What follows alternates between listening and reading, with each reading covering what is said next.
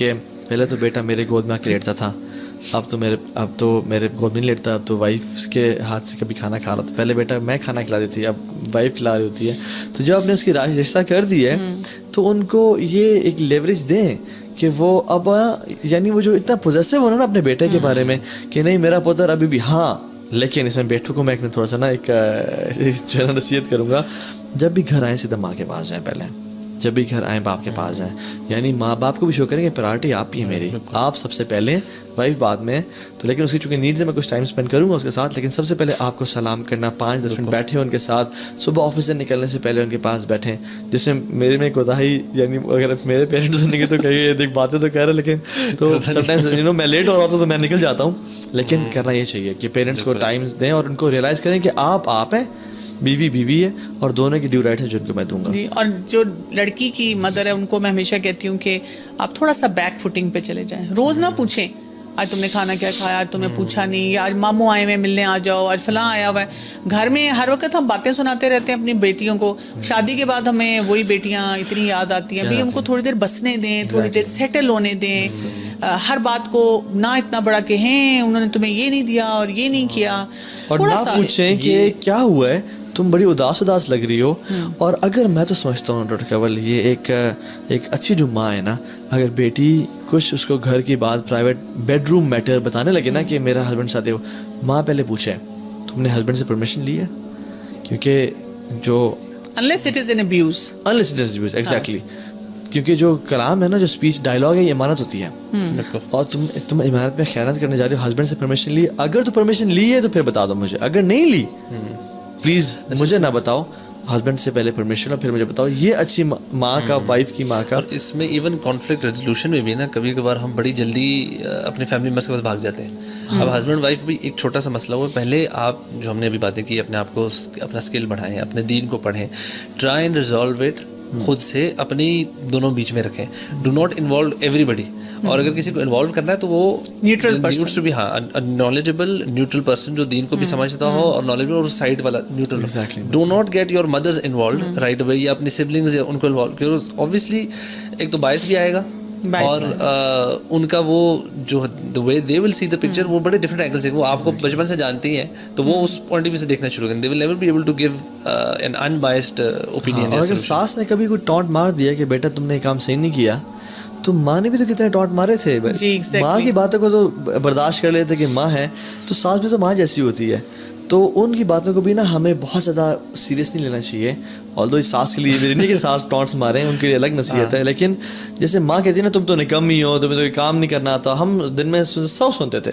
تو ایک انسان کے 4 ماں باپ ہوتے ہیں, 2 کی جو نا ان کی خدمت ان کا حق ہے, اور 2 کی رسپیکٹ کرنا ان کا حق ہے.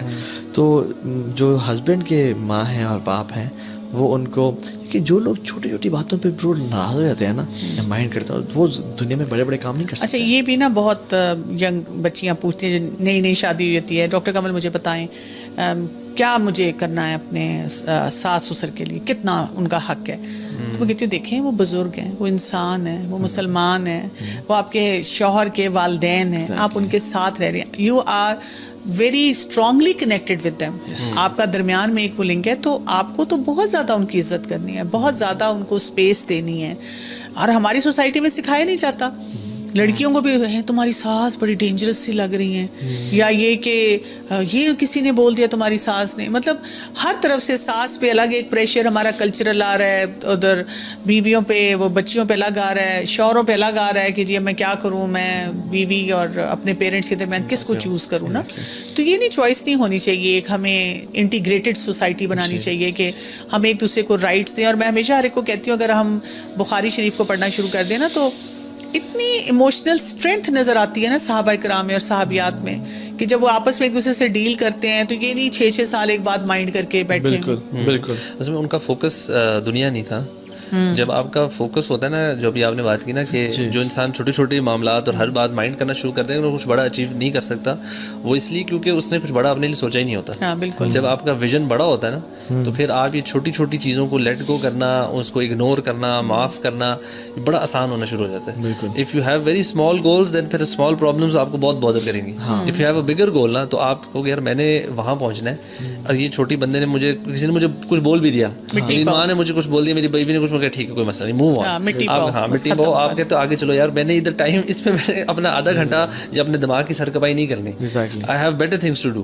اور وہ بندہ جائے گا اپنے ذکر اذکار کام شام ساری چیزیں کرے. اینڈ سیم آئی تھنک ہماری خواتین کو بھی same, they should have bigger goals. اس میں ایسا نہیں کہ صرف مرد کے بڑے گولز ہونے چاہیے, خواتین اپنے بڑے بڑے گولز رکھیں, ماں اپنے بڑے بڑے گولز رکھیں regarding the kids and the family, and ویسے بھی اپنے اسکل ڈیولپمنٹ میں, اور ان کو اچیو کرنے. تو اس کو بھی ہسبینڈ کی یا ساس کی چھوٹی چھوٹی باتیں اتنی بودر نہیں کریں. لائف میں جب ایک لڑکی مجھے کہتی ہے نا میں ڈیورس لے لوں گی, آفس میں کام کروں گی, میں کہتی ہوں آفس میں سب آپ کے لیے ریڈ کارپیٹ ٹریٹمنٹ رکھیں گے, وہاں پہ بھی لوگ آپ سے لڑیں گے, جھگڑا کریں گے, کوئی دھوکہ دے گا, کچھ کرے گا.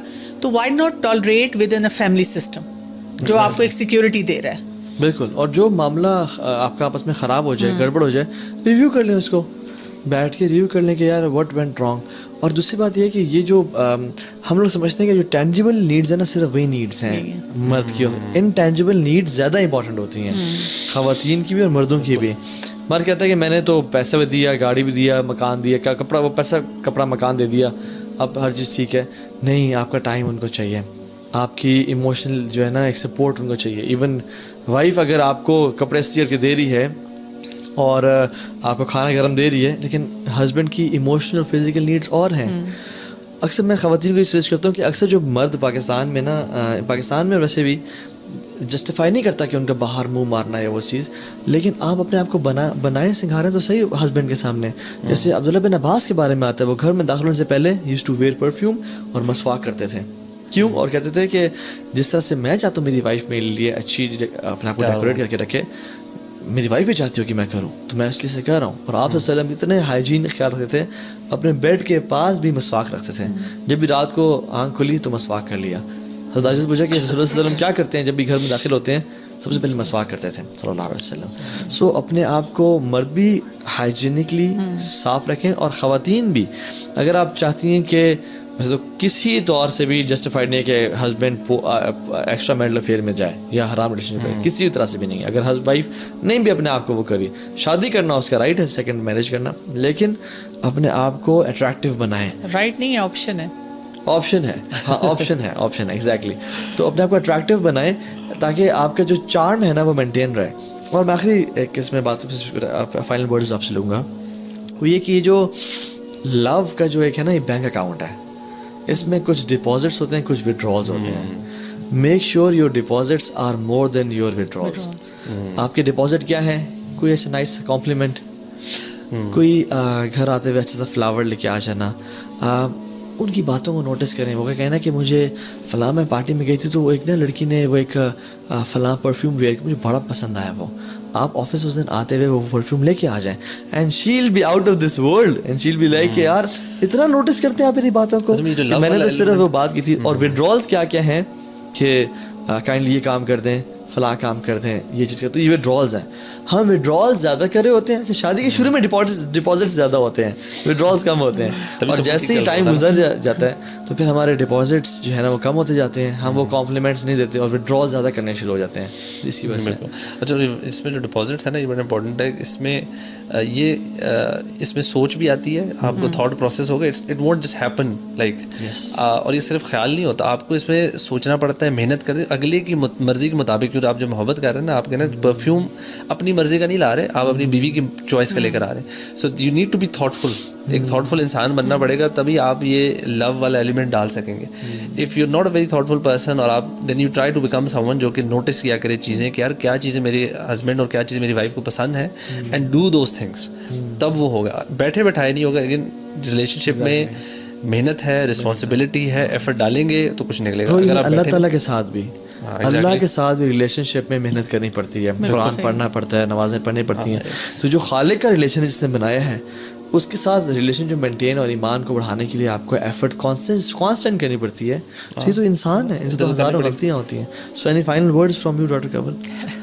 ایک سٹوری میں نے پڑھی تھی کہ ایک دفعہ ایک خاتون بہت زیادہ دکھی اور ہر وقت ہسبینڈ کی شکایت کرتی ہے. ایک بزرگ کے پاس گئی تو انہوں نے کہا آج میں تمہیں ایک ایسا تعویذ دوں گا کہ وہ تم لے جاؤ تو مسئلہ حل ہو جائے گا. تو انہوں نے اس کو کہا جب تمہارا شوہر گھر آئے اور کچھ بولنے لگے تو تم اپنے منہ میں اس کو رکھ لینا زبان کے نیچے. اور وہ کچھ دنوں بعد اس نے کہا مسئلہ حل ہو گیا, کیونکہ بیوی نے ہر بات پہ بحث کرنی چھوڑ دی. کیا بات ہے. تو یہ والا تعویذ جو ہے نا, یہ شوہر بیوی دونوں کے پاس ہونا چاہیے کہ وہ اپنے آپ کو کسی بھی ایسے معاملے میں بحث سے بچا سکیں. یو لینگویج نہ استعمال کریں, تم نے یہ کیا, تم ایسے, تم یہ کرتے ہو. آئی لینگویج, آئی فیلٹ ہرٹ, اور میں چاہ رہی تھی آپ میری بات سن لیں, مجھے ایسے محسوس ہوا کہ آپ نے شاید یہ اس طرح سے بات کی ہے, تاکہ یہ کہ باتوں کو صحیح طرح سے کلیئر کیا جائے. اور ہمارے بزرگ کہا کرتے تھے نا کہ never slip over an issue, کہ ناراضگیاں بڑھانی نہیں ہے, ناراضگیوں کو کم کر لینا ہے, اور وہ بھی کس کے لیے, اللہ کی خاطر. ایگزیکٹلی, بالکل. اور وہ جو حدیث میں آتا نا کہ اگر تم حق پہ بھی ہو پھر بھی جھگڑا چھوڑو گے, I guarantee you house in the corner of paradise.